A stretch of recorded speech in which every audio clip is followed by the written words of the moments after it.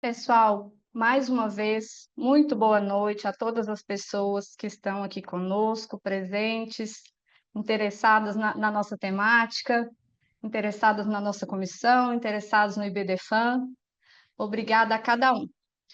Pessoal, esse evento, essa exposição que nós estamos nos propondo a fazer aqui hoje, ela surgiu, eu estava ansiosa para falar sobre isso com vocês, porque ela surgiu das nossas angústias, sabe? Das nossas reuniões da comissão, das nossas conversas, das nossas trocas. E, assim, foi vindo mesmo de uma troca sobre as angústias, né? A nossa comissão, ela é sobre o enfrentamento à violência contra a mulher no IBDFAM Minas Gerais. E vindo disso, das nossas trocas, a gente pensou em fazer alguma coisa relacionada à convivência quando ela é mal utilizada, né? Falando assim de uma forma bem clara. O meu nome é Ligier Moreira, eu estou presidente da Comissão de Enfrentamento à Violência contra a Mulher do Instituto Brasileiro de Direito de Família aqui em Minas. É um prazer receber todas vocês, até então nós temos apenas mulheres, mas é um prazer receber todas as pessoas que estão aqui com a gente, que ainda vão chegar, tenho certeza, porque nós tivemos um número expressivo de inscritos. Ficamos muito felizes, muito gratos. E eu queria agradecer de uma forma muito especial a doutora Maria Berenice, que se dispôs a estar aqui com a gente. E hoje tem mais um evento, né, doutora? E mesmo assim tá se dedicando a falar com a gente, então é muito gratificante, a gente está muito feliz. Muito obrigada. A Gorete é presidente, Maria Gorete, presidente do IBDFAM Minas, e ela, infelizmente, ela não poderá participar, mas é porque ela está fora fazendo um curso, então, assim, justificou para nós, ficou chateada, queria muito estar aqui, mas a gente compreende, né? Então, assim, para iniciar, porque já são 18h07, para iniciar efetivamente, eu, eu gostaria de falar brevemente para vocês o que é realmente o nosso intento, né? Porque, assim, é um evento, um tema, na verdade, que ele abre margem para muitas coisas.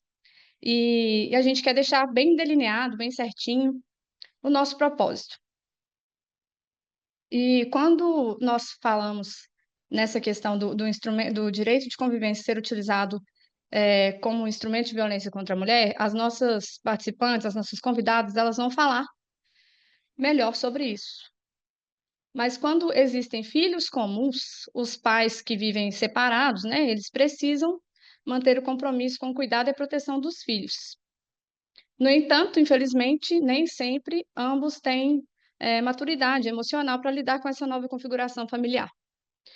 É, neste evento, nós vamos abordar especificamente as situações em que o pai utiliza a convivência com os filhos como forma de exercer violência ou controle sobre a mãe, de formas variadas, seja pelo pai que não visita a criança, ou seja, ou seja por aquele que usa a criança para controlar a mulher. Esse tema, ele é delicado, ele é polêmico, mas é necessário falar sobre isso. Então, eu vou abrir agora com a palavra para a doutora Maria Berenice, que vai iniciar com a gente. Ela é advogada, Maria Berenice Dias, ela é advogada especializada em direito homoafetivo, famílias e sucessões, desembargadora aposentada do Tribunal de Justiça do Rio Grande do Sul, pós-graduada e mestre em processo civil, vice-presidente nacional do Instituto Brasileiro de Direito de Família, coordenadora dos núcleos IBDFAN nos países de língua portuguesa, e ela faz parte da Comissão de Juristas do Senado, responsável pela revisão e atualização do novo Código Civil. Doutora, mais uma vez, é um prazer enorme receber a senhora, viu? A senhora está com a palavra e muito obrigada. Quando eu me arrosto com esse tema, eu tenho que estar presente. Até porque foi posta de uma maneira muito instigante, né? Convivência a qual custo? Depois fala em instrumento de violência contra a mulher. Da forma como foi posta, mas agora foi esclarecido, parece aquele discurso que tem sido utilizado pela busca da revogação da lei da alienação parental. Que, aliás, está na crista da onda, sabe? Agora acabou de ter feito uma audiência pública, enfim, o BDFan estava lá, enfim. E esse foi um dos motivos que me fez eu aceitar o convite, né? Porque eu acho que é indispensável nós separarmos conjugalidade de parentalidade. Então, seja o conflito que for que exista entre os pais, isso não pode, sabe, comprometer a convivência dos pais com os filhos, a não ser no caso de violência vicária, que aí, claro, ou quando ficar comprovado de que a convivência está irá causar graves prejuízos para as crianças. Porque, assim, ó, o que nós temos, o que nós adquirimos quando a interdisciplinariedade veio colorir o direito, principalmente o direito das famílias, de que esta convivência ela é indispensável para o desenvolvimento dos filhos. Então, assim, remédio amargo, né? Então, pode haver aqueles sérios ressentimentos de parte a parte, enfim, só que eu até sempre digo para os clientes, quando me procuram, se vocês não conseguirem entre vocês, junto com advogados, junto com o mediador, ou com agora, que é esse novo projeto do BDFan, né, da coparentalidade, dos planos de coparentalidade, com a formação de profissionais para fazerem essa intermediação, sabe? Vocês não podem exercer o poder familiar. É melhor pegar essas crianças e dar para adoção, porque nenhum nem o outro vocês não conseguem se acertar. E sempre você tem que pensar, né? Quando um morre, o filho vai morar com o outro. Então, sabe, essa guerra, sabe, que nós vemos isso rotineiramente dentro dos nossos escritórios, isso não se justifica. Claro que isso aí tem uma origem cultural, a mãe na barriga, instinto maternal, que parece que mulher tem bicho que tem instinto, né? Mas existe esse sentido, muito, às vezes, de propriedade com os filhos. E isto sempre levou historicamente, os filhos, com a separação, sempre ficaram com a mãe, algo inquestionável, o pai pagava alimentos e, de vez em quando, no final de semana, pegava o filho para levar no McDonald's e estava tudo bem. Tá? Só que, assim, essa realidade começou a mudar, principalmente porque os homens começaram a ser mais participativos, até porque as mulheres entraram no mercado de trabalho. Então, precisaram até contar com essa colaboração. E aí, quando o casamento acaba, eles querem continuar, né, com o exercício da parentalidade. E isto levou as mães a virem com esse seu discurso maternalista. Diante desta dicotomia é que surgiu a lei da guarda compartilhada, que ela até seria absolutamente desnecessária, porque esses deveres todos eles estão no poder familiar. Então, na própria Constituição da República, que diz que a obrigação de ambos os pais está no Código Civil, sabe, que atribui a ambos, está no ECA, enfim, você nem precisa dizer, sabe, em primeiro lugar, usar a palavra guarda. Gente, ninguém é objeto a ser guardado. Então, não é guarda, é convivência. Eu não uso mais a palavra guarda em parte nenhuma.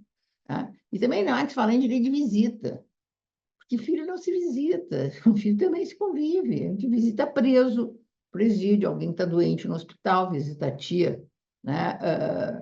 Mas filho não, tá? Então, tem que mexer por isso. E outra, absurdo, que está na lei, inclusive, é admitir a possibilidade de, ou por consenso, ou imotivadamente, um dos pais abrir mão de conviver com os filhos. Gente, está lá escrito, parece que organizado, mas como que eu vou abrir mão? Não, não, fica contigo, te vira, eu pago alimentos e está tudo bem. Não está tudo bem. Não está tudo bem. Então, assim, ó, nós temos que fazer essa mudança, essa transmutação. E aí, assim, ó, ainda com base nessa, mesmo que tendo vindo a lei, dizendo que é prioritária, mesmo que o casal não se dê bem, tem que estabelecer, Aí vem a jurisprudência, não, quando não se dão bem, não dá. Mas, assim, o não se darem bem, não conseguirem acertar, depende da vontade daquele que quer ficar sozinho com os filhos, né? É só brigar com o outro. Às vezes eu digo para meus filhos, para de dizer, mas não sou eu. Ela faz isso para depois dizer, não, existe toda essa litigância, sabe? Não tem que ficar com a guarda lateral para ela, sabe? Tem que restringir a convivência, enfim. E teve que vir ali da alienação parental, que é uma realidade, a gente sabe que é, todo mundo já viu, desde a gente já viu tio, amigo, vizinho, falando mal do ex na frente do filho, né? E foi necessário, sabe, descortinar isso, botar um nome, seja o nome que for, não sei porque as pessoas implicaram com este nome só porque foi o Gardner lá em 1980 que descobriu, pode botar qualquer nome, sabe? Mas agora eles querem revogar a lei. Mas mesmo revogando a lei, os juízes vão ter que continuar penalizando quando existe esse impedimento de convivência. Este movimento é tão forte que levou à alteração, ao acréscimo de um penduricalho na lei do Código Civil, artigo 1584. Quando não houver acordo entre os pais quanto à guarda dos filhos, encontrando-se ambos aptos de exercer o poder familiar, será aplicada a guarda compartilhada. Ponto. Olha o que entrou. Salvo se um dos genitores declarar ao magistrado que não deseja a guarda da criança, ou quando houver elementos que evidenciem a probabilidade de risco de violência doméstica ou familiar. Evidências de probabilidade, eu não sei o que significa evidência de probabilidade. Probabilidade não tem evidência não é probabilidade, ela existe isso. Neste dispositivo, todo mundo começou a ler que esta violência doméstica a que a lei se refere é a violência doméstica contra a mulher. Gente, não é. Esse dispositivo está dentro do capítulo que trata da proteção da pessoa dos filhos. A violência contra a mulher está lá na Lei Maria da Penha. E a violência contra a criança está na Lei Henri Borel, que trata expressamente da violência doméstica e familiar da criança, com aplicação até das mesmas, algumas medidas protetivas da própria Lei Maria da Penha. Então, assim, ó, este dispositivo está sendo usado e reusado, sabe, mais uma vez na busca desse afastamento de convivência. E, assim, ó, a par disto, né, a par toda essa tentativa de desqualificação e tal, o fato é que, mesmo quando se aplica essa tal de guarda compartilhada, nem nós, nem os juízes, e ninguém aplica o que seria guarda compartilhada. Para mim, nada mais é do que divisão não só do tempo que fica na casa de um, na casa do outro. Não. Não. É divisão dos encargos parentais, que ninguém pode abrir mão. Então, assim, o que acontece quando o juiz coloca... Então, assim, base da residência materna. Não sei para que botar base de residência. A lei nem pede que bota. Só diz que é quando mora em cidades separadas, diferentes, e não manda que o seja, mas o juiz aplica mesmo quando é na mesma cidade, na mesma rua, no mesmo bairro. E a criança tem 2 residências, gente. Todas as pessoas podem ter dupla residência, está lá no artigo 71 do Código Civil. Então, assim, ó, isto, né, não fecha. Porque, assim, ó, o que isso acaba fazendo? Então, não, vamos dar agora compartilhado, mas um prêmio de consolação normalmente para a mãe, que é que ficou com os filhos. Então, não, pode deixar 10, mas vai residir contigo. E isso dá um poder, sabe? Empodera a mãe que continua o pai refém da vontade da mãe. Não, mas eu queria levar ele no aniversário da bisavó. Não, eu não vou deixar. Não, mas a bisavó está fazendo 100 anos. Não. Sabe, vai casar, não sei o quê. Não. sabe? Então, assim, ainda se manteve esta hierarquização no relacionamento no momento que se coloca essa eventual base de residência. E depois, além disso, também tem a questão, que eu acho até mais severa, é de que o que o juiz defere são guardas unilaterais sucessivas. Quando nem tem que falar em guarda, tem que falar em custódia unilateral. Sabe? Porque guarda é guardado, custódia é cuidado. Eu uso agora custódia unilateral. Por quê? Porque atribui exclusivamente àquele que fica 15 dias com o filho todos os encargos decorrentes do poder familiar. E aquele outro que fica no final de semana, leva no McDonald's e tal, não faz os temas, não precisa escovar dente, bobeira, não precisa tomar banho, tudo isso, casa do pai é maravilhosa. Então, não tem, assume compromisso nenhum. Então, assim, tudo aquilo de leva para o colégio, busca do colégio, manda escovar, manda fazer tema, manda dormir, leva no médico, manda fazer uma vacina e tal. Isso cai tudo, no fundo, nos ombros da mulher, né? Que já é uma família solo, depois da separação. E é isso. Olha o quanto isso interfere na sua vida pessoal, na sua vida afetiva, até na sua vida profissional. Como é que eu vou fazer um curso? Como é que eu vou trabalhar até mais tarde? Como é que eu vou poder comparecer no congresso? Não tem como. Não, mas quem sabe tu fica com ele, eu tenho um congresso no canto que eu posso ser promovido? Não vou ficar, porque não está lá no papel. Sabe? Então, assim, isso daí, o que acontece? Esse desequilíbrio, inclusive no mercado de trabalho. Então, isso aí influencia. E isso é que está mal, né? Então, assim, ó, esta ausência de convivência gera, sabe, uma limitação com relação a outra pessoa que exerce sozinha uma atividade que não é só dela.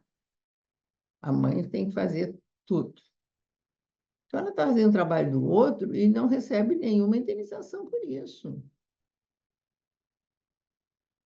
Não, mas isso, bom, se eu não quero limpar minha casa, eu contrato uma faxineira, eu tenho que pagar ela. Não é? Se eu quero fazer um jantar e não sei eu que vou para a cozinha, eu tenho que contratar alguém que vai fazer comida. Então, se eu não quero conviver com meu filho, eu tenho que pagar alguém para fazer isso. Não, mas vai pagar ela para cuidar dos filhos dela? Não, vai pagar porque ela está fazendo a tua parte, e tu deveria assumir esses encargos.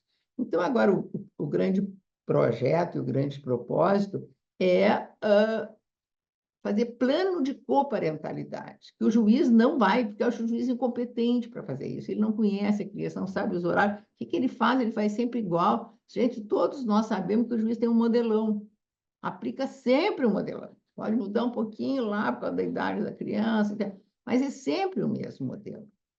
E é isso, né? Sem atentar a nada mais. E acaba levando a essa sobrecarga, a esse desequilíbrio, né, que nós vimos todos os dias, e não estão fazendo nada. Aí chega o protocolo de julgamento pela perspectiva de gênero, e os juízes não sabem o que é, nunca ouviram falar. Aí, quando a gente vai invocar, eles ficam olhando para a gente com cara de banana. O que é isso? Esse é o protocolo. Ainda hoje eu falei com o desembargador, eu disse, olha, como é que vocês vão tirar os alimentos de uma mulher que tem 66 anos, está doente, e quando casou, combinou, ela e o marido, ele trabalhava, ela cuidava da casa, ou seja, foi um acordo das partes, não sei se livre, mas foi um acordo. E ela fez a função dela, cuidou dos filhos. Quando separaram, ele assumiu de pagar alimentos para ela. E tal, não sei o quê. Depois de 10 anos, ele pediu para tirar os alimentos. E a justiça tirou. Mas é que neste período ela não procurou emprego. Sabe? A doença dela não é incapacitante, ou seja, ela não tinha que procurar emprego. Sabe? Eles estavam dentro do pacto do casal, ele continuar pagando. Não tem termo final, não tem. Porque a situação econômica dele até melhorou, porque pagava para os filhos também, não paga mais, e tal, não sei o quê, fazendeiro, rico, não sei o quê. Era 5.000 reais por mês, e a justiça liminarmente tirou. Aí fui de protocolo. Gente, juiz que trabalha em vara de família, não sabia do que eu estava falando. E acho que, no fundo, esse é o nosso grande compromisso como advogado, né? Porque, assim, se consegue de avanços, e se consegue, graças ao IBDFAN, sabe, que veio articular isso, né? Há 27 anos nós estamos sempre buscando, sabe, que a justiça acabe se adequando à realidade do mundo da vida como ela é, né? Criamos vários institutos e tal, quem é do IBDFAN, todos vocês são, sabe que as coisas são assim, quem não é tem que ser, porque não dá para trabalhar em direito das famílias, sabe, sem ser sócio do IBDFAN, eu acho que isso é uma irresponsabilidade, sabe? E quem é o grande mérito disso? No fundo, são os advogados, né? Porque são os advogados que vão e batem as portas do judiciário pedindo, trazendo, inventando, criando, Constituição, tal, pau, pau, pau, até que a coisa acaba florescendo. E agora nós temos mais essa função, fazer que o protocolo seja cumprido. Porque, assim, ó, também existe essa determinação no CNJ de que este protocolo é vinculativo, os juízes têm que aplicar. E se a gente pede para o juiz aplicar e o juiz não aplica, a gente recorre e pede a nulidade do julgamento. Quer dizer, ou nós ensinamos os juízes a ter este olhar, acho que qual foi ontem que me disseram, então, tem mais de um que disse, não, aqui, na minha vara, não existe o protocolo. Isso não pode, mas infelizmente, mais uma vez, somos nós que teremos que ir batalhar com isso. Eu fiz parte do projeto de reforma do Código Civil, não sei se você sabe. Fui convidada porque era uma pessoa, eu disse, não, tem que ser eu, tem que ser o Rodrigo, ele é o presidente do BDFAN e tal. Né? Não, Berenice, é bom porque tu enfrenta qualquer pessoa. Foi. Aí, quando eu comecei a enfrentar as pessoas, vieram reclamar de mim. Ai, Berenice, pô, não, foi por isso que eu fui convidada. E eu inventei muitas coisas lá, briguei com meio mundo, enfim, né? E aí, na votação final, sabe, quando deixaram das famílias para o último dia, que nós já estávamos uma semana lá, sabe, os homens já estavam sem gravata, todo mundo já estava de saco cheio ali, sabe, veio aqui. Aí, quando nós tínhamos feito, a subcomissão tinha feito, olha, gente, impecável a convivência dos pais com os filhos, com divisão de encargos parentais, com punições, inclusive. Proibindo a guarda, a convivência é sempre compartilhada. A custódia é unilateral exclusivamente quando o juiz, mediante exames e tal, chegar à conclusão de que aquela convivência é nociva ao filho. Só que durante esse período, as pessoas vão ter que serem acompanhadas, né? Porque isso tem que ser transitório, sabe? Com acompanhamento psicológico e tal, com relatório, porque a solução não é essa. Eu estava feliz com tudo isso e tal. Só que na hora que começa a jogar esse pedaço do código, esse capítulo do código, se levanta alguém. Porque assim, nós estávamos lá na frente, durante toda a semana ninguém falou nada, tinha plateia atrás, sabe, lá no Senado, como é que as coisas são naquela sala do Senado, era lá que a gente estava. E a mulher levantou a mão, pediu para falar. Deixaram ela falar meia hora, eu lá na primeira fila, disse, ministro, como é que é? Aí falou, mulher que representava esse movimento contra a lei da violência doméstica, e não sei o quê, não sei, contra a lei da alienação parental e tal, que isso gerava violência doméstica, que os homens usavam, não sei o quê, não sei o quê. Eu estava puta, né? Aí, quando terminou, aí chegou o ministro lá e disse assim, bom, como este tema é muito polêmico, nós não vamos nem levar à votação. Como assim? Não, nós não vamos apreciar. Então, nós fizemos um trabalho para ser discutido na comissão. Não, não vai. Eu disse, bom, então vocês vão mandar 1000 alterações, só que esta parte, que eu acho que é a mais significativa, quer dizer, isto não vai ser mexido em nada. É isso, então é sinal de que isso está bom, tá bom. Aí eu saí da comissão. Não, não quero mais ficar, não sei o quê, me levantei, fiz todo. Não, tu não pode sair e tal. Então, eu nem sei se eu estou dentro ou estou fora, meu nome está lá ainda, mas de fato, as coisas às vezes demoram para acontecer. Agora, o IBDFAN está criando uma comissão de acompanhamento deste projeto, né, no Senado, para ver se alguns consertos a gente, sabe, vai conseguir fazer, enfim. Mas é isso.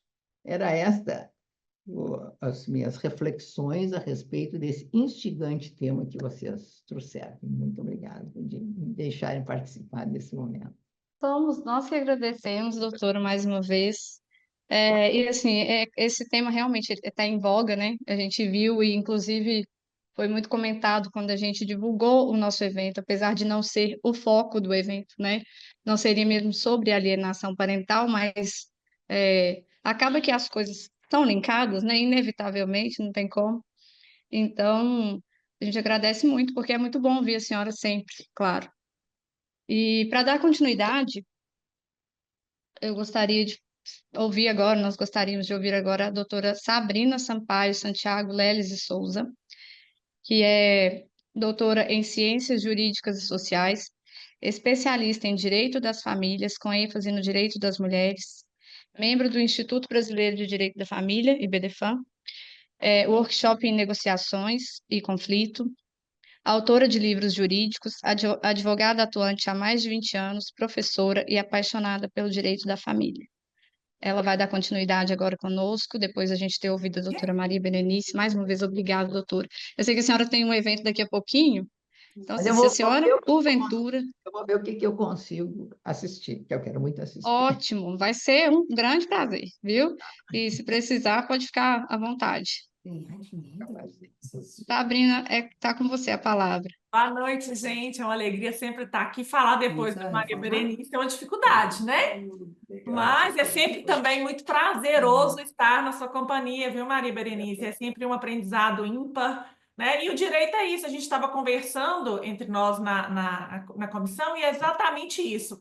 É o fato da gente estar sempre na luta, sempre discutindo o direito, que as coisas vão se alternando e modificando, né? O fato da gente discordar, o fato da gente concordar, e muitas vezes a gente acaba fazendo com que o direito avance justamente por causa disso. Se todo mundo tivesse bonitinho, igual, concordando, a gente não teria evolução do direito, né? Então, mais uma vez, eu agradeço a oportunidade e vamos justificar o tema instigante, né? A gente faz várias reuniões na comissão e, dentre os assuntos, um dia a gente foi comentar sobre os casos em que a gente vive na advocacia familiarista e que muitas vezes nos trazia essa sobrecarga da mulher. Foi assim que surgiu a nossa ideia do tema. Inclusive, eu comentei nos livros que a gente fez pela Comissão de Direito de Família da OAB, até foi o tema que eu levei para a discussão, que foi forçar a visitação, né? Que, na verdade, como o pai não exerce o seu direito de visita, era entrar com a ação de obrigação de fazer. Então, tudo isso foi, assim, eu estou justificando porque falou assim, o tema é instigante. Mas tudo tem uma razão e a gente está tratando de um tema casuístico, né? Que a gente tem o enfoque de realmente sobrecarregar a mulher. Por isso que a gente usou instrumentalização do direito de visita como violência contra a mulher. Então, muitas das vezes essa sobrecarga eu até entendo assim mesmo, que, como a senhora disse, que às vezes foi até cultural, que a gente foi absorvendo todas essas atribuições, né? E a gente se sobrecarregou. E é difícil passar isso para o cliente, né? Para a cliente, na verdade, para a mãe, falar: olha, calma, é isso aí, o filho não é seu, né? O filho são dos genitores, na verdade, ele tem que ter uma vida, ele precisa dos dois genitores. Mas, assim, é tão enraigado culturalmente, né? Que a gente, para poder evoluir no direito, a gente vai ter que quebrar vários paradigmas. E o que eu estou falando com as meninas nas nossas discussões, discussões acaloradas, né? Quando a gente se encontra. Por quê? Porque cada um pensa de uma forma e cada um tem uma discussão para levantar. Então, o que a gente trouxe acerca desse tema foi realmente essa sobrecarga da mulher por por o homem não fazer o dever que, legalmente falando, também é dele, né? De igual forma. Então, é o que a senhora disse, né? Se a mulher não consegue ficar, ele vira e fala assim, se vira, eu já pago a pensão. Não é assim? E como que essa mulher se vira? Inclusive, quando a gente faz as audiências de família, quando a gente pede um valor de alimentos, comprovando numa planilha os gastos do menor, o pai vira e fala assim, eu não consigo, eu só consigo 30% do salário mínimo. E o judiciário vira e fala assim, não tem o que fazer. Mas se a criança custa mais, quem está arcando com isso? Sempre sobra para a genitora, né? Então, é nessa sobrecarga que a gente foi discutindo sobre isso, porque a gente percebe uma violência silenciosa após essa separação. E, às vezes, essa violência silenciosa sem nem ter tido essa coparentalidade, né? Ela é silenciosa porque é uma forma de sobrecarregar a mulher e fazer com que essa mulher arque com tudo sozinha. Ela quis. Será que ela não está tentando dividir isso também? E ela não consegue, ela não tem com quem dividir? Então, todas essas indagações nos trouxeram aqui hoje. E que eu acho que é muito válido, né? Então, assim, essa violência silenciosa, ela traz muitas angústias. Porque a gente percebe que é cultural. É igual a senhora falou sobre o protocolo de perspectiva de gênero, nós falamos isso hoje também. As pessoas não conhecem, vai aplicar como? Né? E aí fala assim, as mulheres se vitimizam demais. Não é, a gente está atrás de correr atrás de uma reparação histórica. E se a gente não precisasse estar aqui lutando, divergindo, brigando, né? Se tudo tivesse igual, não tá. Por isso que a gente tem que estar aqui discutindo, por isso que a gente tem que estar correndo atrás, buscando sempre a inovação jurídica para tentar equiparar tudo que a gente perdeu ao longo desses anos. E creio que a gente ainda tem um caminho muito grande pela frente, porque, é igual a senhora falou hoje, se o desembargador vira e falou assim, aqui não tem julgamento sob perspectiva de gênero, o que a gente vai esperar desse judiciário? Não é verdade? Então, assim, a gente tem também o fato daquele genitor que usa a visitação para continuar controlando a sua ex-parceira, ex-cônjuge, né?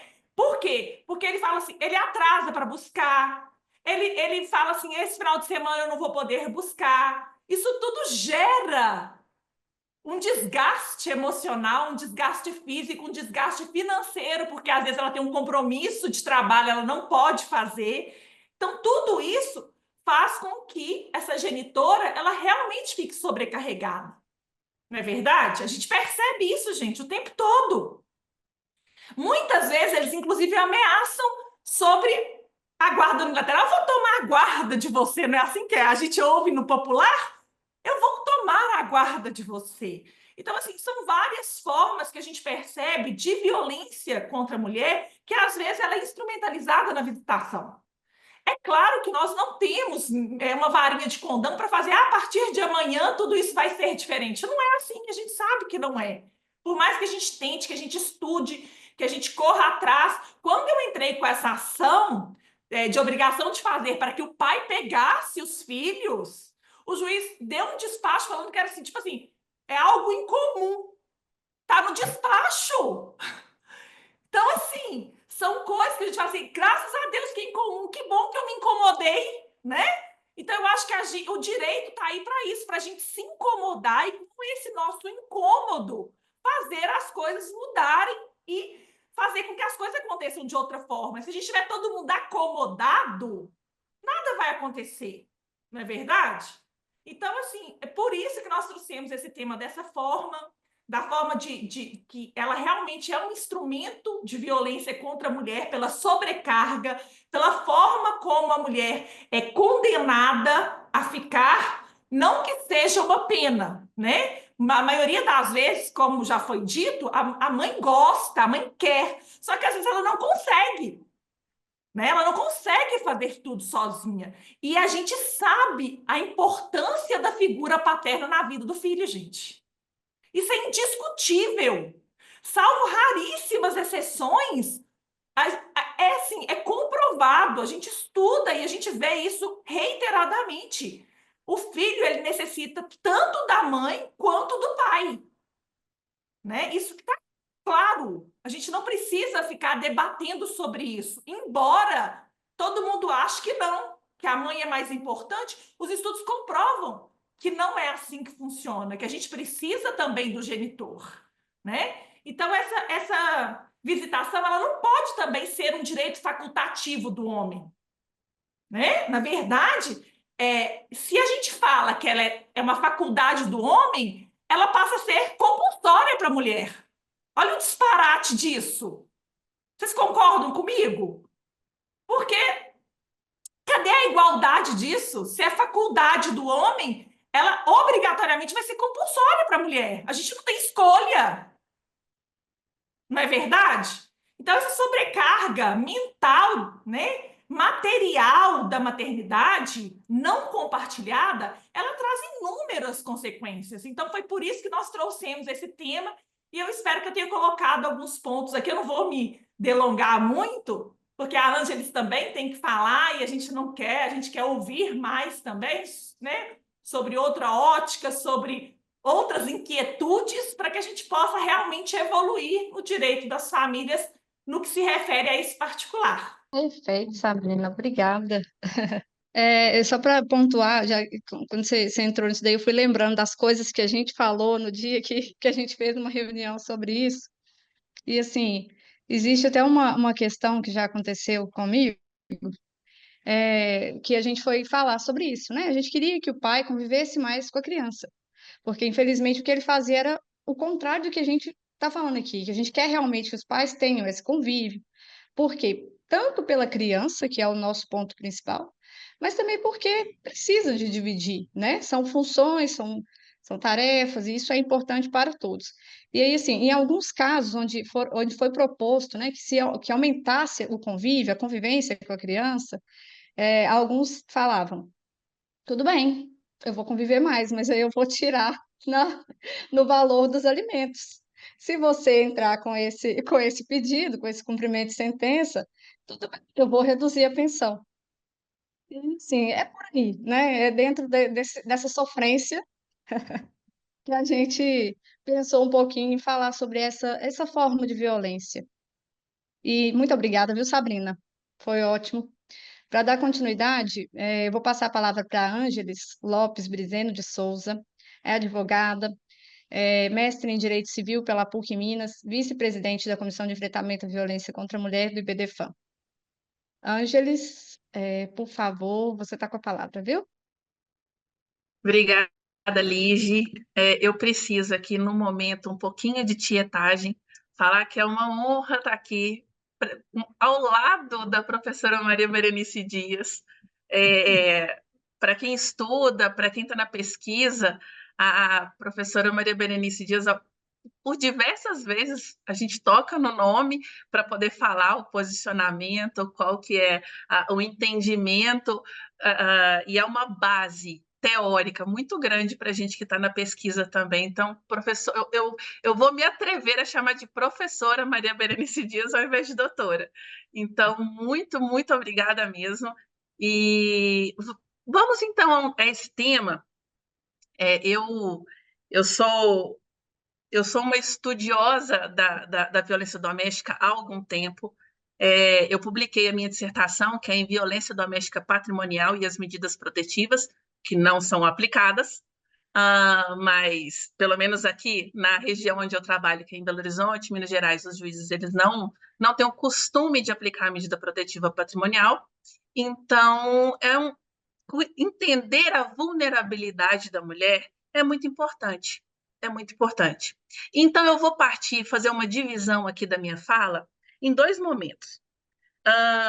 Quando o pai ele cumpre a convivência e quando o pai não cumpre a convivência.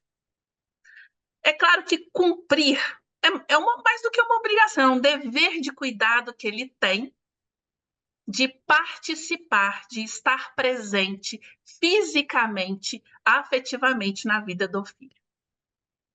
Mas acontece que como a Lígia abriu o evento de hoje, falando que tem pais que não têm essa maturidade para poder entender que essa convivência é com o filho. Ele não tem que buscar saber sobre a vida da mãe. Ele não tem que questionar o filho com quem a mãe saiu.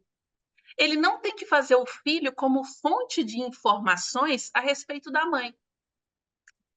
A partir disso é que existe o entendimento meu, vou chamar para mim a responsabilidade, quando ele força essa busca de informações a respeito da mãe, ou que o pai envia recados para o filho para que ele dê para a mãe, isso, em alguns momentos, pode sim configurar uma violência doméstica. Então, eu delimitei bem.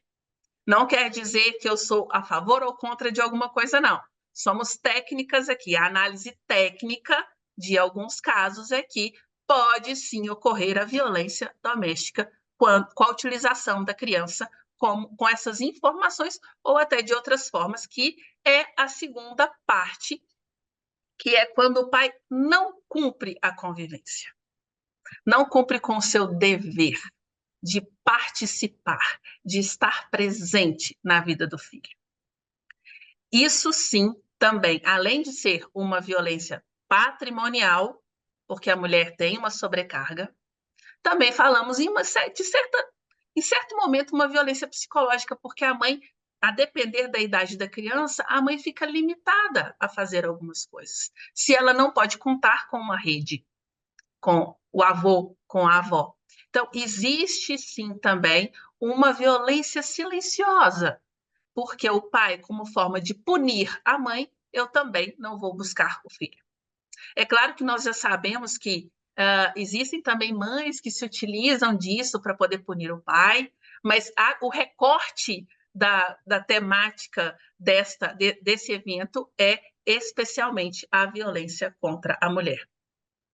Então, esse é o meu entendimento. E é claro, quando existe uma fixação dessa convivência paterno-filial, cabe sim à mãe propor no cumprimento de sentença, uma execução e solicitar a aplicação de multa. Essa multa, ela vai, aqui pelo menos em Belo Horizonte, tem sido fixada. Fixa a multa para que o pai possa... É muito feio, é muito estranho ter que um juiz, um terceiro, que não conhece a vida do casal, ter que fixar uma multa para que o pai possa ser pai? E será que isso é efetivo? Vai mudar a concepção do pai? Essa intervenção do direito na vida das pessoas é algo ainda que tem um questionamento, mas hoje, para que o pai possa cumprir o seu papel de pai, pode haver a fixação de multa. Tanto que a mãe que não deixa o pai ver também tem a fixação de multa. E vamos partir para o segundo momento, que é quando a convivência paterno-filial com medida protetiva para a mãe e sem medida protetiva para a mãe. O pai, ele não pode deixar de ser pai pelo fato de ter medida protetiva. E isso também não coloca em xeque o papel do pai, a pessoa do pai. Pode colocar em xeque, em questionamento, o ex-marido, mas não a figura do pai. Aí o que pode ser feito? Nomear uma terceira pessoa para que possa fazer essa busca da criança, ou então até marcar, deixar fixado nesse plano, na questão da convivência, na fixação, que o pai vai buscar a criança na escola. É até bom que é um momento para o pai ter uma interação com a criança e com a escola, por que não? Então, quando se tem medida protetiva, nomeia-se um terceiro para que esse terceiro possa fazer essa intermediação, essa facilitação para que o pai possa estar na presença, os filhos possam estar na companhia do pai. Então, existe a utilização da convivência como um método de prática de violência doméstica, ela existe. Isso é fato. Nós, advogadas, sabemos disso. Mas isso tem que ter uns olhos tem que ter um cuidado, tem que ter um zelo por parte do juiz para poder aferir isso. Não é tão simples. Aqui, por exemplo, em Belo Horizonte, um estudo psicossocial está demorando de 10 meses a 1 ano. Ou seja, o pai ele fica sem ter acesso aos filhos, muitas vezes sem análise da liminar, porque lá no ECA tem previsão de marcar o estudo psicossocial para analisar a liminar. Então, quando já determina o estudo psicossocial de plano, como que é feito? O pai vai ficar sem ver os filhos? A mãe vai ficar com esse maior tempo de cuidado? Esse tempo de cuidado, quando o pai não quer ver os filhos, não quer conviver, será que esse tempo de cuidado hoje já está sendo utilizado efetivamente para a fixação da pensão? Porque a sobrecarga, com certeza, vai ser da mulher ou até dos avós. E um ponto que eu queria falar que é muito importante também, a oitiva dos filhos. Chega uma determinada idade também que os filhos, eles são ouvidos. Mas essa oitiva dos filhos também tem que ter um cuidado, é preciso ter esse cuidado para ter a noção de que existe alguma influência da divergência entre os pais que esteja influenciando esses filhos. Até a doutora Maria Berenice falou, será que o vizinho não está falando, a avó não está falando, não existe outra interferência? A mãe até não pode estar falando nada, mas outras pessoas podem fazer essa interferência. Convivência. Quando nós, advogados, precisamos fazer a fixação com base naquele modelinho que o juiz já tem lá. Quantas vezes nós recebemos ligações porque eles entendem que o feriado do carnaval é só na terça-feira, na segunda não tem que estar comigo. Porque o feriado é na terça. A sobrecarga da mãe. Ah, não, eu tenho que ficar só no Natal. Natal é o quê? É 24 ou 25? É a passada da noite? Aí liga perguntando, busca que horas? A mãe não quer deixar porque vai passar a noite de Natal. Ou o pai busca antes, só para poder atrapalhar a noite do Natal. Então, cabe também ao advogado ter muita paciência para poder traçar esse plano de forma que ambos tenham os seus direitos preservados.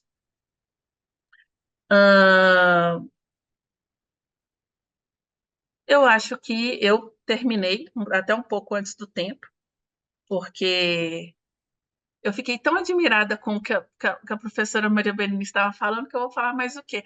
Falar também da questão do protocolo de julgamento por perspectiva de gênero, porque nós aqui em Minas Gerais estamos fazendo um movimento, um levantamento, inclusive, das decisões que são observados, né, os ditames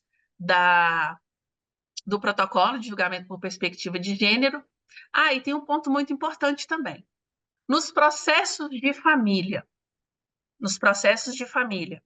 em que existe uma simples narrativa de violência doméstica, não podemos esquecer que a participação do Ministério Público é obrigatória.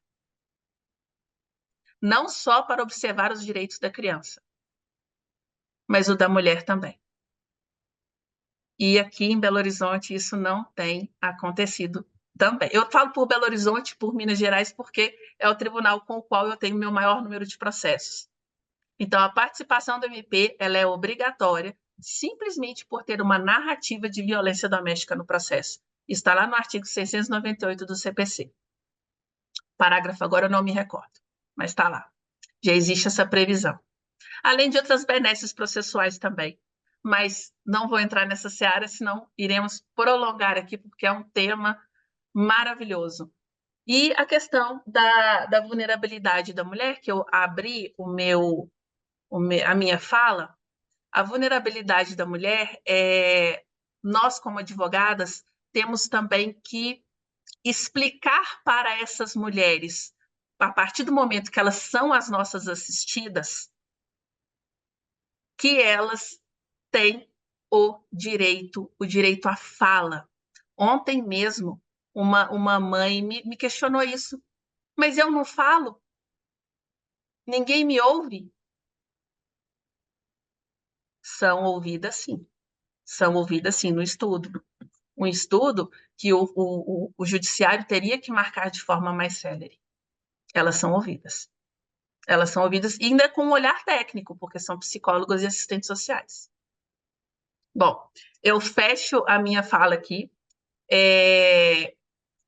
Lígia, eu te devolvo a palavra. E professora Maria Berenice, que honra, muito obrigada. Eu adorei a tua fala, fiquei sensibilizada com as tuas palavras, mas eu vou ter que colocar um ponto. Não dá para ouvir as crianças, gente. Nossa, isso coloca elas numa crise de lealdade perversa. Eu sou absolutamente contrária a se ouvir em alienação parental, em deliberação de convivência. Não se ouve criança. Aliás, a lei que trouxe o depoimento especial, porque agora com a história do depoimento especial, todo mundo está querendo ouvir as crianças sempre, depoimento especial, enfim. Tanto que era o nome depoimento sem dano, trocaram o nome porque mesmo... Então, assim, não dá para se proliferar do jeito que está acontecendo. Os filhos têm que ficar fora disso. Não há nenhuma hipótese em que as crianças devem ser ouvidas. E acho que se o juiz determina ouvido, a gente tem que até recorrer contra isso, porque, sabe, o dano certamente virá para essa criança, e não são eles que vão deliberar, independente da idade, a partir de 12 anos tem que ser levado em consideração a vontade da criança. Não é através de escolher depoimento. Foi bem como a Ângeles disse, que seja em estudo psicossocial, mas não em audiência, por favor. Professora, pelo amor de Deus, aqui nunca, pelo menos comigo, nunca aconteceu. Em audiência, não, nunca. Nossa, mãe, eu até gelei aqui agora. Mas seria, assim, a oitiva, e também com muitas reservas, até por questão da idade, né? Está lá nos seus 14, 15, 16 anos, já tem uma outra... Ainda mais essa nova geração, professor. Essa nova geração, eles estão com conhecimento tão grande, diferente de quando eu tinha 14 anos, que eu só pensava em brincar de boneca na minha época. Na minha época. Mas, enfim... na hora que a senhora falou que não concordava com a oitiva, eu falei, Jesus, mas nem no estudo? Não, no estudo está tudo certo, mas não pode em audiência. Agora eu entendi. Não, então perfeito. E os Bom, estudos, agora como a Ângeles falou. vocês, falta 3 minutos para eu entrar na outra, tá bom? Perfeito. Obrigada mais uma vez. Até a próxima. Até a próxima, até a próxima. E a gente tem batido nessa tecla dos estudos aí, inclusive, assim, na nossa... Não sei se vocês que estão aqui participam da comissão de família, mas nós temos falado muito sobre isso também, sabe? Das dificuldades do estudo psicossocial. A demora está muito grande, não somente isso, mas na região metropolitana, a gente tem recebido algumas reclamações lá na Comissão de Direito de Família, da OAB, sobre a falta de fundamento mesmo dos próprios estudos. Porque aí acaba que a impugnação vai ficar muito mais fácil, né? Independentemente de qual for a conclusão. E assim, eu já vi a Elivânia tá aqui, tá com a gente na comissão também. Tem mais pessoas aí que provavelmente estão e que eu não vou falar todo mundo agora com certeza, mas assim, a gente tem levado essas angústias para todos os lugares que a gente consegue alcançar. E aqui é claro que a gente está falando de uma forma mais específica sobre a mulher, né? Por questões óbvias, por causa da nossa comissão. Então, pessoal, agora nós passamos a palavra para vocês, tá? A gente quer ouvir, quem quiser fazer algum comentário, fazer alguma pergunta, quem gostaria? Eu gostaria de pontuar para vocês uma questão que eu enfrento num processo que tramita aqui em Porto Alegre, tá? Na verdade, eu sou do interior do Rio Grande do Sul e o processo tramita na comarca de Porto Alegre. Uma situação horrível, assim, a audiência que era para ser uma conciliação, para a gente tentar chegar num consenso com o genitor, eu represento a genitora nesse caso, se tornou um verdadeiro show de horrores, assim, foi algo horrível, uma imposição de guarda compartilhada por parte da magistrada e do Ministério Público que estava ali acompanhando o ato. sendo que o genitor nunca foi presente na vida do filho.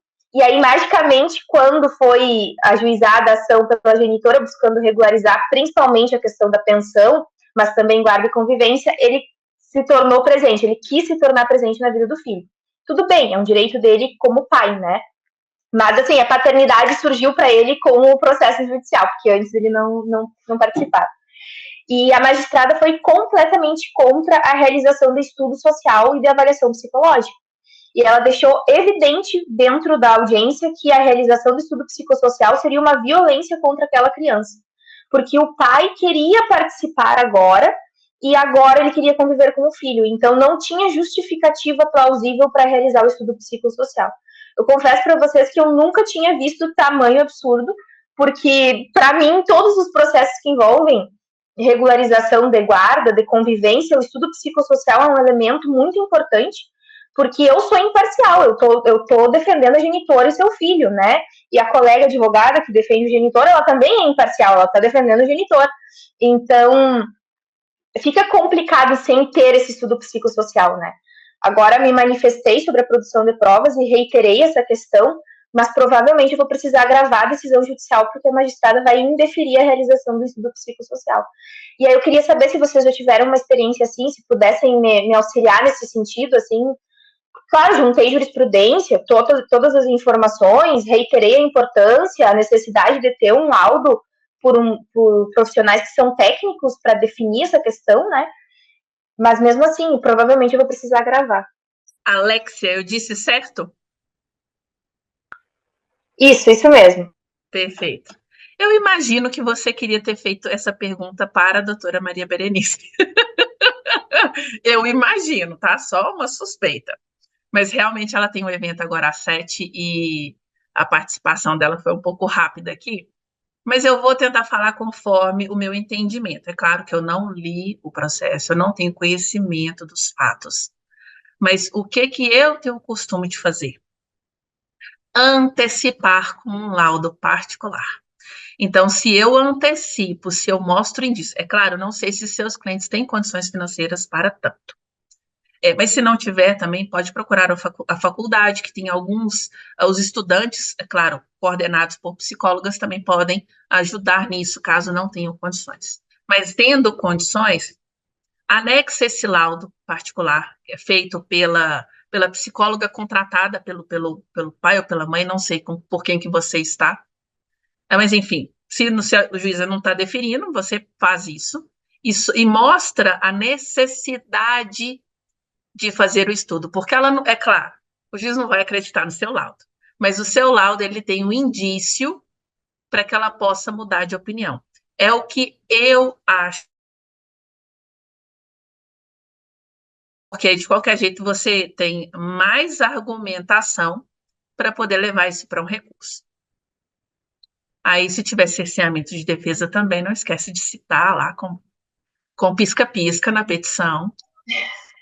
Outra coisa também, essa parte do laudo, Alexia, é muito interessante. A gente, sempre que tiver oportunidade, eu faço até de forma preventiva. Quando a gente está numa animosidade de guarda, de visitação, eu sempre peço para a cliente levar o filho num psicólogo, num terapeuta, para que possa trazer para a gente mais segurança. Será que realmente essa convivência vai ser benéfica ou não? Será que isso vai ser produtivo ou não? Até para a gente ter essa segurança, né? Isso ajuda até a gente, enquanto, já que a gente quer preservar o menor, não é o homem ou a mulher, né? Se o nosso foco é principalmente o menor, ter essa análise psicossocial, ou de um psicólogo, ou de uma equipe terapêutica, vai nos trazer uma tranquilidade até para você ter subsídio para brigar pelo que é melhor para o menor, né? Então, foi um verdadeiro show de horrores, assim. Outra coisa que eu quero te perguntar, como é que está sendo essa convivência? Eu acho que isso também é importante, já que vai demorar, como é que está acontecendo isso na prática? Eu acho que é muito importante a gente avaliar, porque às vezes a gente imagina que vai ser ruim e está sendo bom, ou imagina que vai ser bom e está sendo ruim, né? Então, quando a gente até falou, inclusive, que a gente entrar com a ação de obrigação de fazer para o pai pegar a criança, A gente sabe que esse não é o melhor instrumento que a gente tem, mas a nossa esperança é que com a convivência com aquele filho, o pai passe a amar, passe a gostar daquela obrigação, né? Então, assim, é claro que a gente não tem a varinha mágica, como eu falei, mas a gente tem esse desejo de que essa obrigação imposta pelo judiciário, que a gente sabe que não é a melhor alternativa, mas é a que a gente está tendo naquele momento, que faça com que aquela convivência permita que o pai volte a olhar para o filho com o amor de pai e filho, esqueça a mágoa do fim da relação e que exista esse amor e que isso seja prazeroso. Esse é nosso foco maior. Pelo menos quando eu entro com esse tipo de ação, é isso que eu desejo. Claro que a gente nem sempre vai ter o resultado que a gente almeja, mas quando eu converso com a genitora, para poder, ou com o genitor se me procurar da forma contrária, para entrar com a obrigação de fazer para que a parte contrária cumpra com o dever de visitação, a nossa expectativa é que forçar essa convivência faça com que o pai ou a mãe ame de volta o filho, esqueça a mágoa, né? Aquele brocado. Existe ex-marido, ex-mulher, mas não existe ex-filho, e às vezes eles se esquecem disso. E essa convivência pode fazer com que esse amor volte, porque ele está lá. A gente quer acreditar que ele está lá. O amor não está lá numa prateleira para a gente comprar. Mas o que a gente acredita? Que o afeto, ele realmente faz essa mágica, né? Então, forçar essa convivência pode ser que reacenda essa lâmpada do amor, né? Então, por isso que eu estou te perguntando, como é que está acontecendo isso na prática? Né? Então, quando essa mãe chegou até mim, ela queria evitar o mínimo possível de convivência, né, entre pai e filho. Então, a ideia dela era o mínimo possível. E aí depois de muita conversa, de consultoria, de atendimento, enfim, eu consegui explicar para ela que o fato dele não conviver com o filho gerava sobrecarga para ela e que era importante para ela ter momentos como mulher também, ou um final de semana sozinha para ela poder, sei lá, assistir o filme que ela quisesse, ou não fazer uma janta, ou alguma coisa assim, né? E aí a gente conseguiu definir ali um plano de convivência respeitando a rotina da criança, respeitando as particularidades do caso, inclusive trazendo dias de semana, finais de semana intercalados, feriados, mas respeitando também que a criança já não participava muito da vida do pai e não queria, entende? Mas aos poucos ir fazendo isso, ir funcionando, né? E aí, nessa aberração dessa audiência de conciliação, que eu nunca passei por uma situação assim, foi uma coisa fora da curva, a juíza fixou uma convivência, regulamentou uma convivência, inclusive menos do que nós tínhamos pedido na petição inicial, só em finais de semana intercalados. E sendo que na inicial nós tínhamos pedido dias de semana, tínhamos pedido feriados e datas comemorativas, e aí não, que vai ser assim, que vai ser assado, porque o pai agora quer ser pai, porque ele quer ser presente, ele tem esse direito, mas aí fixou em finais de semana intercalados. Tem acontecido... uma coisa assim, vocês não tem ideia. Tem acontecido, tá acontecendo a convivência, a minha cliente ainda tem, sabe, uma certa insegurança, assim, em relação a isso. Ela, às vezes, fala, ele voltou, sei lá, com roupa furada, voltou mal cuidado, tá num ambiente, assim, assado com o pai. Eu tento incentivar que ela tenha liberdade para conversar com o pai do filho e pontuar as coisas que não funcionam. Não vai levar a criança para um bar 10 horas da noite. Não vai colocar a criança no frio aqui do Rio Grande do Sul com uma roupinha bem fininha, né? Tem esses pontos, ela precisa conversar com o pai do filho dela e em algum momento eu vou ter que sair dessa equação também. Eu não vou poder ficar o resto da vida fazendo meio campo para ela, né? Ela precisa saber o que ela tem que falar pro pai do filho dela. Mas tem acontecido a convivência, menos do que a gente gostaria, mas tem acontecido.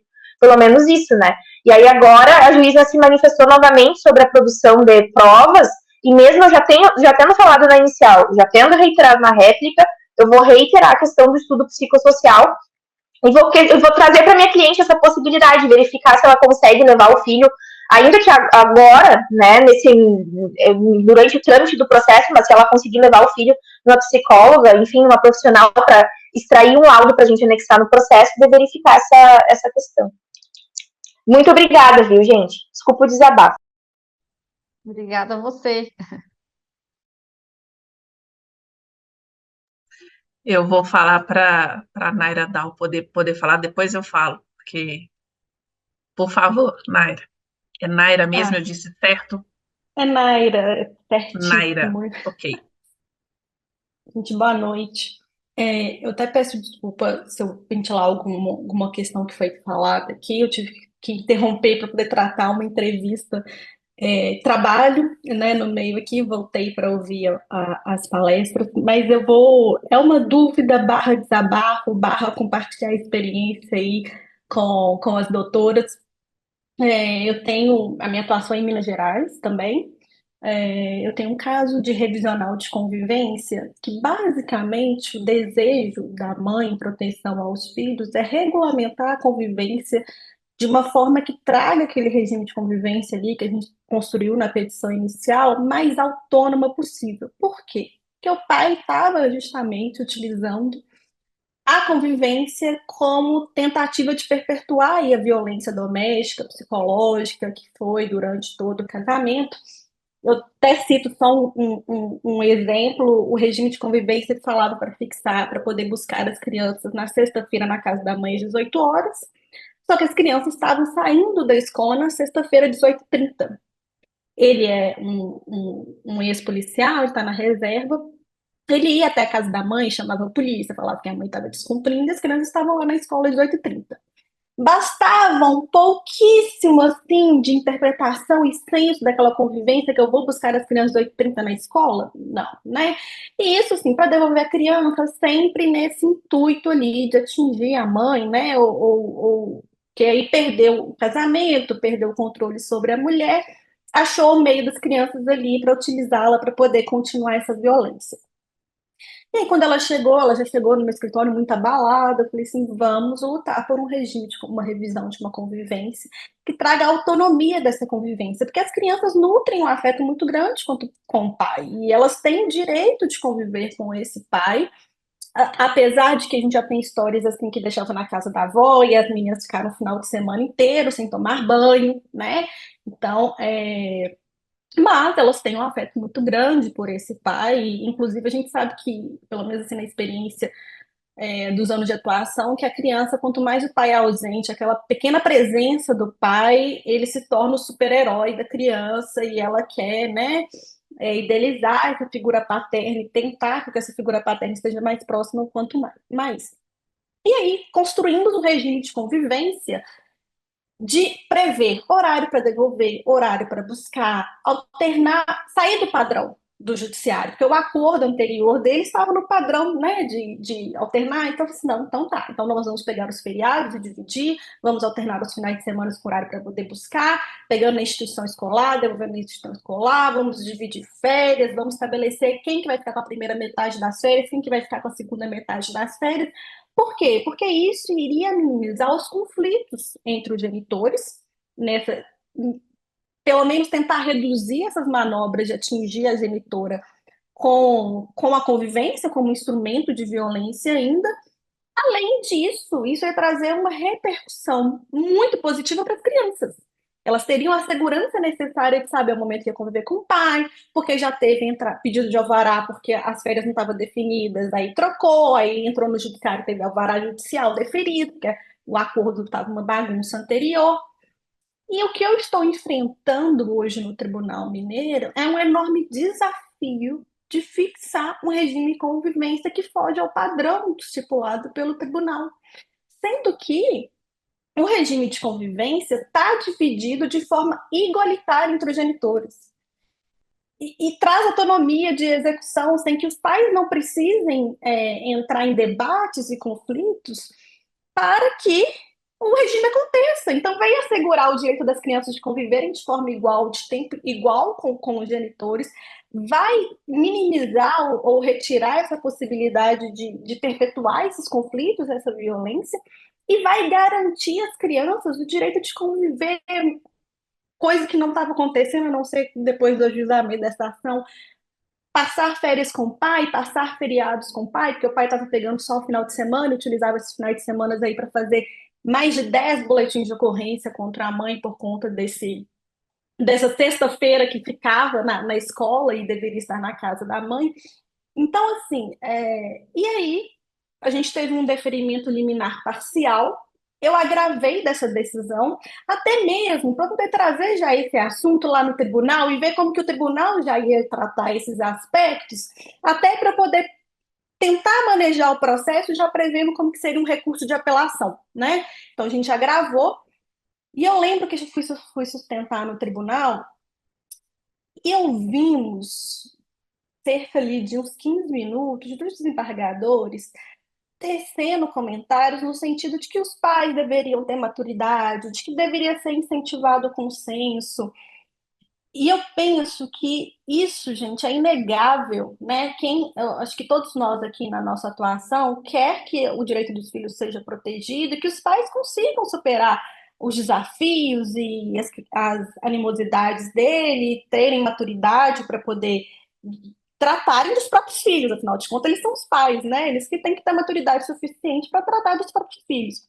Mas quando a gente não está num cenário desse, quando a gente está num cenário inverso, de uma violência que continua, de uma inexistência de diálogo, não é o direito da criança que deve ser sacrificado em reverência exclusivamente a forçar os pais a essa maturidade. Não, vamos proteger as crianças primeiro, construir um regime de convivência igualitário, com divisão igual, mas que seja autônomo, que fixe horário de buscar, de devolver, que as férias possam ser divididas, que a gente fale quem que vai ficar com a primeira metade das férias, quem que vai ficar com a segunda metade, isso evita briga entre os pais. E é um desafio imenso de pedir que o tribunal atenda ao princípio do melhor interesse da criança exclusivamente. Tá, os pais estão brigando, não deveria, tudo bem, a gente esperava maturidade, mas aí a gente vai sacrificar o princípio do melhor interesse da criança?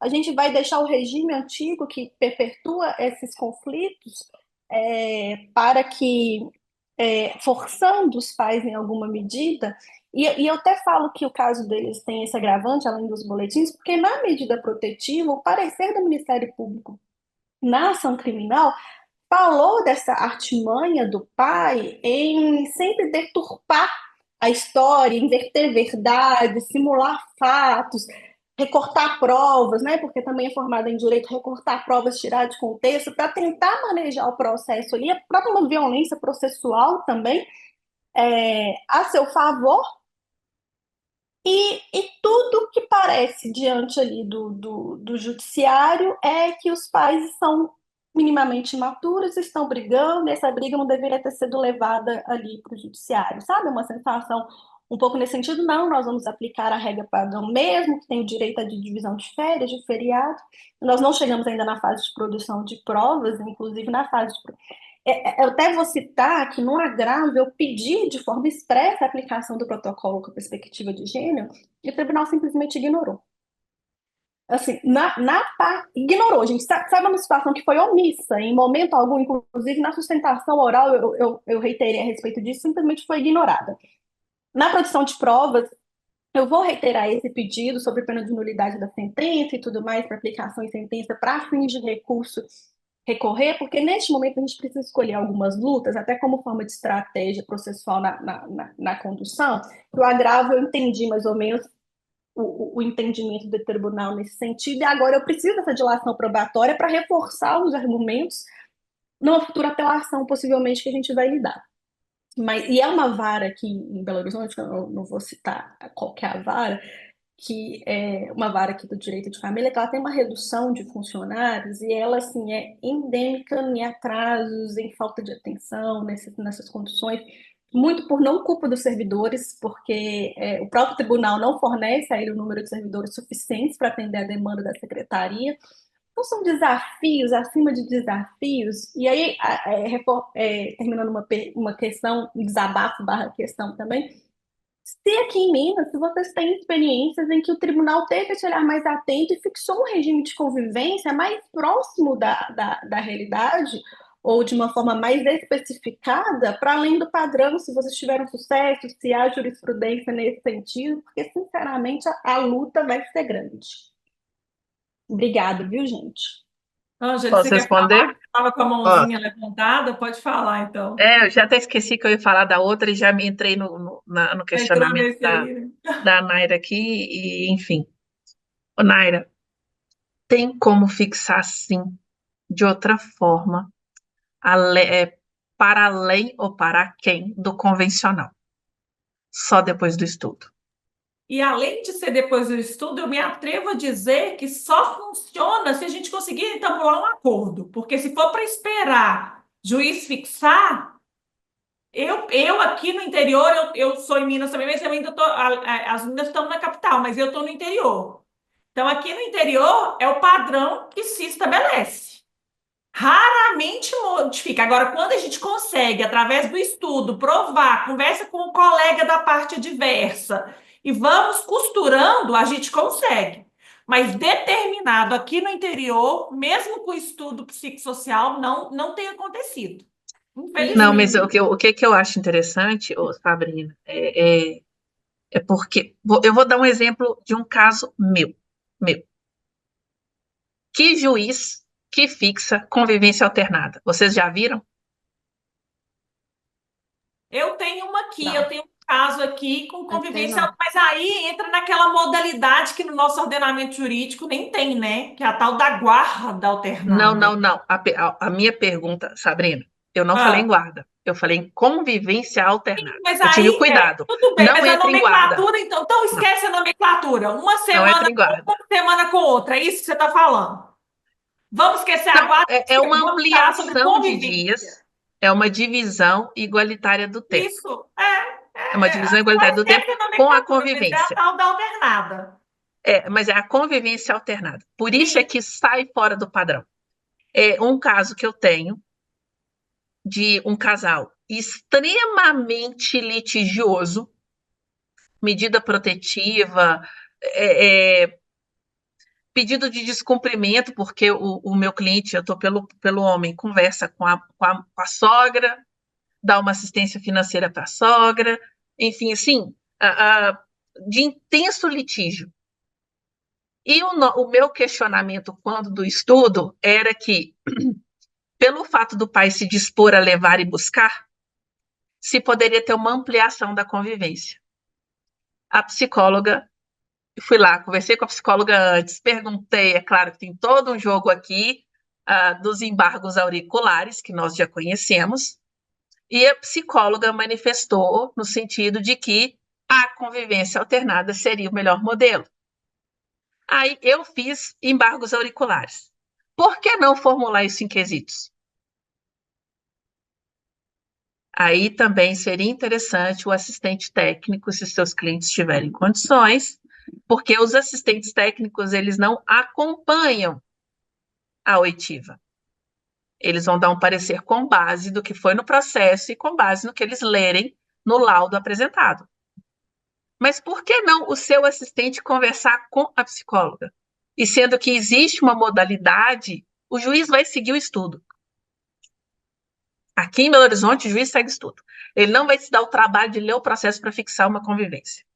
Dificilmente. Então, eu acho interessante a questão do assistente técnico conversar com a pessoa que foi nomeada ou do setor, né, aqui de Belo Horizonte, conversar e ver para que forma, é claro, ela é imparcial, mas a psicóloga sabe como explicar ou mostrar através de documentos. Então, eu entendo que essa seria uma saída. Eu ia até perguntar se a experiência de vocês colocam sempre o assistente técnico, porque essa é a minha tratativa com a cliente atual. A gente pediu estudo social, ela não tem, o processo não está gratuito. Pediu estudo social e ter o acompanhamento do assistente técnico, porque eu acho que vai ser fundamental para a gente tentar. Mas é bom Depende da ouvi-las no condição sentido de financeira que do cliente. Porque é não bom fica barato. ouvi-las, O né? que eu ia Sim, falar agora, assistente é quando seu cliente tem condição. Não tem? Não, Vai tu mesmo. Vai tu mesmo, bate lá. Queria conversar com o assistente. Não pode me atender? Não, tudo bem. Eu posso deixar uma cartinha aqui para ela? Eu sou dessas. Posso deixar uma cartinha? Aí eu deixo. Ou então cópia da petição, sabe? Explicando o que você precisa que ela analise. Eu sou um pouco dessas, eu sou um pouco atrevida. também. Sim, mas temos que ter, né, gente? Obrigada, viu, gente, pelas Não trocas de sei se ideias aí. esclareceu, mas Foi um barro de desabafo, esclarecimento e trocas de experiências que foram úteis mesmo, mas eu estou na expectativa com ela da gente ter um assistente técnico, sim, tem condições para isso, mas a gente sabe da resistência às vezes, do cliente com gastos, né? Mas aí essa tentativa. Mas é bom ouvir experiências nesse sentido, principalmente para ter atenção ao estudo social, né? Que o juiz vai se atentar a esse ponto especificamente. Lembrando que os quesitos podem ser informados até a data do estudo, não precisa ser antes. Pois é. Tá ótimo, gente. Muito obrigada. Tô vendo aqui, a Adriana comentou aqui, meus vizinhos tentaram fixar a convivência alternada e o juiz não aceitou. A Ângeles falando aqui sobre, a Ângeles e a Sabrina falando com tanta naturalidade, para mim é tão estranho, porque para mim também não é comum essa fixação. Tanto a guarda a gente sabe que não tem no nosso ordenamento, e eu não consigo ver diferença prática na guarda e na convivência alternada, assim, na prática mesmo, eu acho que, né, vai cair quase que na mesma. Eu não sei também, porque também é uma coisa que a gente não vê com muita frequência. Eu até gostaria de ouvir um pouco mais, Ângeles. Mas o problema é que eu falo e falo pelos cotovelos aqui. É uma temática que. Porque nós temos um sistema posto. Hoje, eu, Ângeles, advogada, eu não vou modificar o judiciário da forma que ele está. Então, nós temos uma situação posta, nós temos um sistema posto. Nós temos que buscar meios de fazer a defesa dos nossos assistidos, dos nossos clientes. Então, a forma que eu, Ângeles, entendo, a melhor forma é com base na conversa. Ou através de petição. Se não funciona com um, a gente tenta no outro. Se não, é recurso. Não tem outra forma. Mas o estudo psicossocial nos processos de família, eles têm uma importância assim, gigantesca, especialmente na guarda e na convivência. Especialmente eu falo por questões de fixação e para demonstrar também se existe uma violência, se não existe. Neste momento que pode, inclusive, nós não podemos esquecer da possibilidade de pedirmos uma fixação de uma convivência, de uma fixação, não, gente, o antes foi atender uma ligação importante para mim ali, meu marido, eu trabalho com meu marido, esse também é um ponto importante. A gente pediu estudo da assistente social, com o estudo social, o estudo psicológico e, se necessário, um estudo psiquiátrico. Tem momentos, eu tenho 2 processos que eu pedi o estudo psiquiátrico. Porque são pessoas que, no caso, a parte contrária, em relação ao meu cliente, a parte contrária, para mim, tem sérios distúrbios psicológicos. Então, nós não podemos esquecer que a especificação de provas é um momento extremamente importante. E ali, é claro que se nós podemos pedir prova para além da especificação de provas? Podemos, porque o juiz pode considerar que é do juízo e ali ela determina. Nós sabemos, mas se o juiz não quer, como os juízes aqui já têm uma demanda enorme, eles não vão preocupar com algo além da especificação de provas e o que ele definiu no despacho saneador. Então, ali nós podemos ter uma abrangência do que tudo vai acontecer. E tudo é delineado com a especificação de provas. Então, pedir estudo, a gente fala estudo psicossocial, mas a gente solicita que seja com a psicóloga, porque é diferente da abordagem da assistente social, que é diferente da abordagem do psiquiátrico. Entendeu? Mas é isso que eu acho que é importante, principalmente na temática, porque se a gente pede um estudo mais aprofundado, dá para observar a questão da violência praticada também. Só para ilustrar, Lígia, esse caso que eu tenho de alternada, só para vocês verem. Quando isso aconteceu, que foi praticamente uma imposição do juiz naquela guerra dos dois, de falta de maturidade, o juiz falou, não, tipo assim, ele impôs, né? E aí a gente depois entrou com uma decisão, entrou com recurso, porque não estava dando certo, entrou com a ação de modificação. Tem tantos anos que isso está tramitando, que agora que está sendo feito um segundo estudo, a minha cliente falou assim, Ai, doutor, eu não quero mais não, tá bom do jeito que tá. Olha só. Então, funcionou, que é o tal do buscar o amor, entendeu? Ela falou assim, eu falei assim, olha, só que agora, nessa fase processual, vamos ver o que está falando, o estudo está aí para ser feito. Mas é o que por isso que eu estou perguntando e falo que é muito importante a gente ver como está funcionando na prática, gente. Se a gente quer o bem da criança, vamos deixar rolar, se, claro, não tiver nada de grave, nada que vá, né, trazer prejuízo para a criança, essa convivência ela tem que acontecer. Tanto é que ela me falou, essa foi semana passada que saiu o segundo estudo social, porque um estava incompleto, aí a psicóloga sumiu, o juiz notificou ela 1 milhão de vezes, avisou que ia ter punição e ela sumiu. Aí até nomear outro, até o outro aceitar, isso acho que tem 2 ou 3 anos. A minha tipo assim, doutora, não quero. E ela que era a encrenqueira da história. Doutora, não quero mais não, tá funcionando. Meu filho já adaptou, já tá grandinho, tá tudo certo. Hoje a gente já consegue ter uma boa convivência. Ele leva no futebol, eu busco. Então, assim, olha que bacana se isso funcionasse sempre, né? Às vezes a gente não tem esse lapso temporal, mas eu tô contando que assim, é o único caso que eu tenho de alternância. Que eu falei, gente, isso vai ser uma bagunça para a cabeça dessa criança, que é o que eu penso mesmo, que eu acho que a criança precisa de uma rotina, essa alternância gigante de uma semana com o outro, uma semana com o outro. Eu tenho a impressão que não é produtivo, mas nesse caso de tanta decisão judicial prevalecer por falta de análise, né, dos trabalhos técnicos, que a gente sabe da dificuldade, a gente narrou isso aqui, tá funcionando. Então, só para dizer que a gente realmente não sabe nada e que tudo vai acontecer de acordo com cada caso. E que não Cada existe caso. receita de bolo em direito das famílias, entendeu? Até porque Elivânia, pode falar. A Elivânia fez uma só, pergunta aqui, que isso eu aí é vi, meu. a Adriana, ela comentou, até Adriana, se você quiser a palavra também, fica à vontade, porque ela comentou aqui que no caso dela foi o contrário, Sabrina, que você está falando que no seu caso eles quase que impuseram, né? E no dela ela falou que o casal quis e o juiz não aceitou. Então é exatamente isso, Então, é por isso que tudo eu tô te uma falando, grande eu vou construção. responder da Essa pensão troca é que eu bem dei bacana. aqui. Neste caso, Uhum. meu específico, não teve. Como a regra, como dividiu literalmente todas as obrigações, não teve fixação de alimentos. Tá? Por causa realmente foi quantitativo, foi semana com um, semana com outro, semana com um, semana com outro.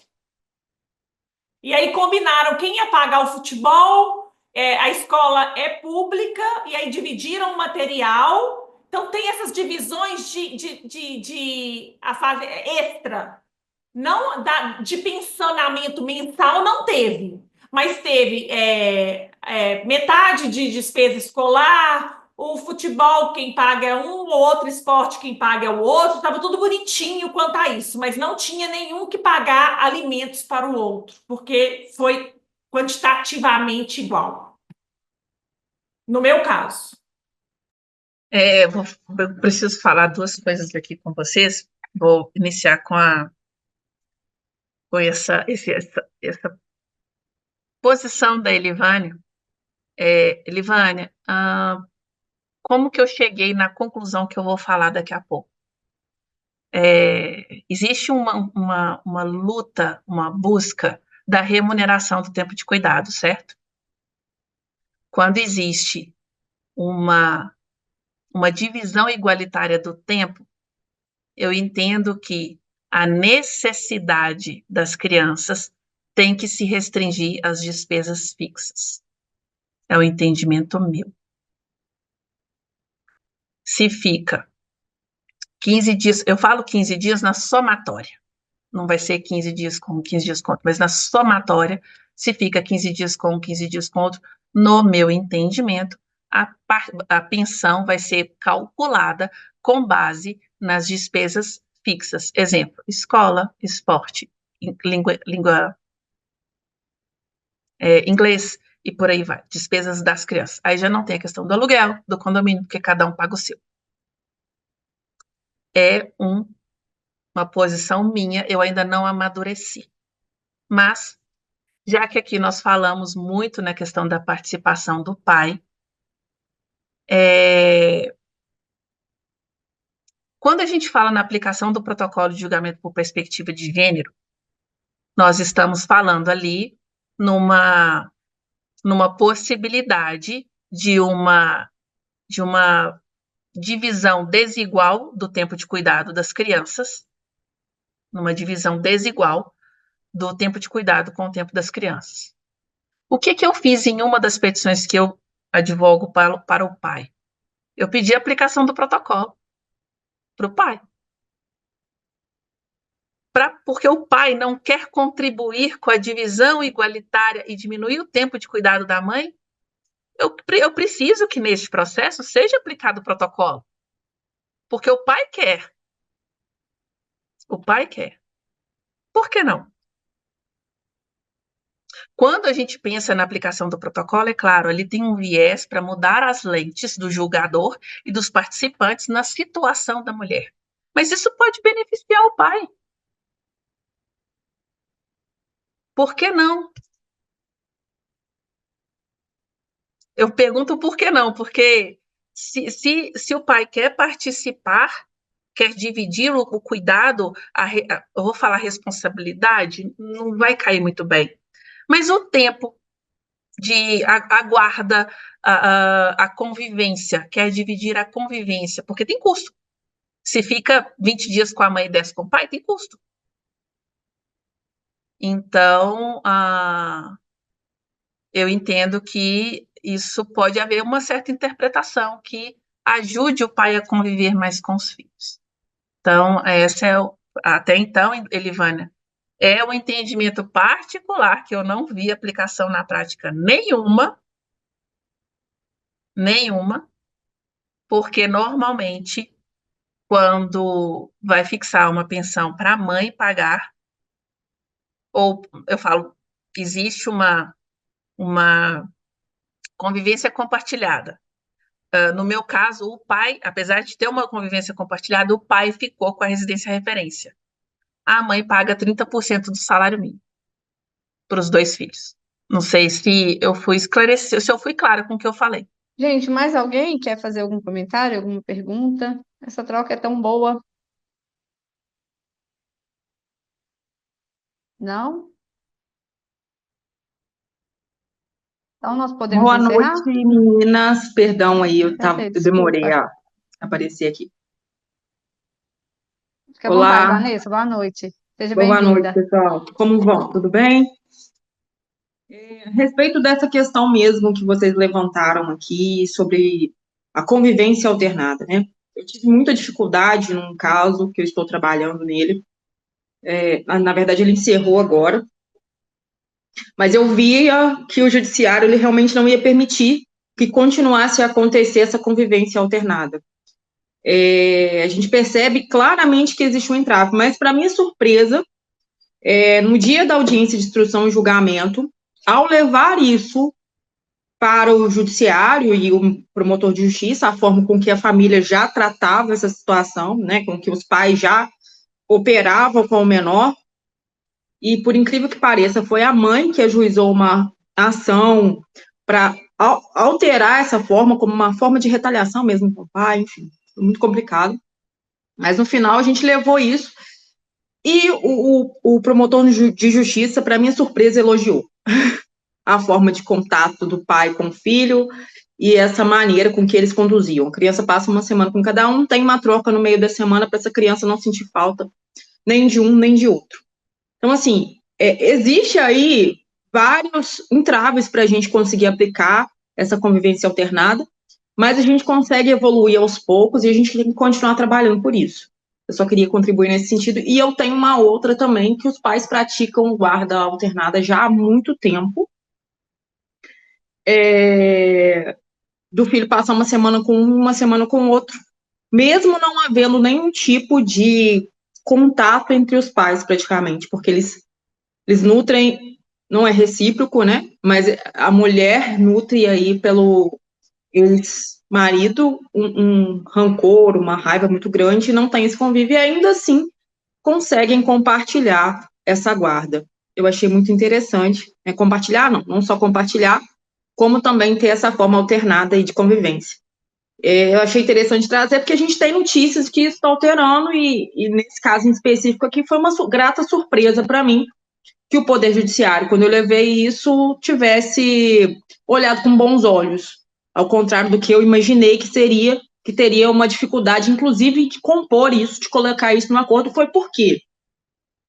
Eu peguei esse processo já numa segunda etapa, como eu disse para vocês. Eu não atuei na primeira etapa. Na primeira etapa, eles tentaram colocar isso em acordo, que o menor ficaria em guarda alternada, mas eu acho que a forma de falar, que, como a doutora estava falando, pode impactar, né? Então, quando a gente levou que seria uma convivência alternada, isso passou num segundo momento. É só isso que eu queria trazer de contribuição aí. Foi muito bom ouvir vocês, tá? Muito bom te ouvir também, Vanessa. Obrigada, viu? Obrigada a vocês. Mais alguém, pessoal? Acho que agora realmente não, né? Sabrina, você quer falar? Não, só despedir mesmo. Acho que a gente já se alongou demais. Foi Tudo maravilhoso. bem. Espero que possamos fazer outros eventos assim com trocas de experiências. É sempre muito enriquecedor, né? A gente muito mais aprende do que ensina. Só fazer um convite para o pessoal poder seguir a nossa rede social do IBDFAM, de enfrentamento à violência contra a mulher. Lá no Instagram, nós temos algumas publicações, dentre essas publicações, ao que tudo indica, no mês que vem teremos o nosso encontro do grupo de estudos, que eu já posterguei, já tem 2 meses. Nós fizemos no ano passado, foi um encontro muito legal, então eu acredito que no mês que vem teremos encontro, então sigam nossas redes para vocês ficarem sabendo desse grupo de estudos, porque lá aí já tem uma questão mais técnica, e alguns temas voltados para a temática. Aí fica o convite para vocês. Lígia, se você puder colocar o arroba lá Cadê? no chat, o arroba lá da... Tô procurando aqui. Gente, eu Mas a sou IBDFAN MG a comissão de enfrentamento. CVCM.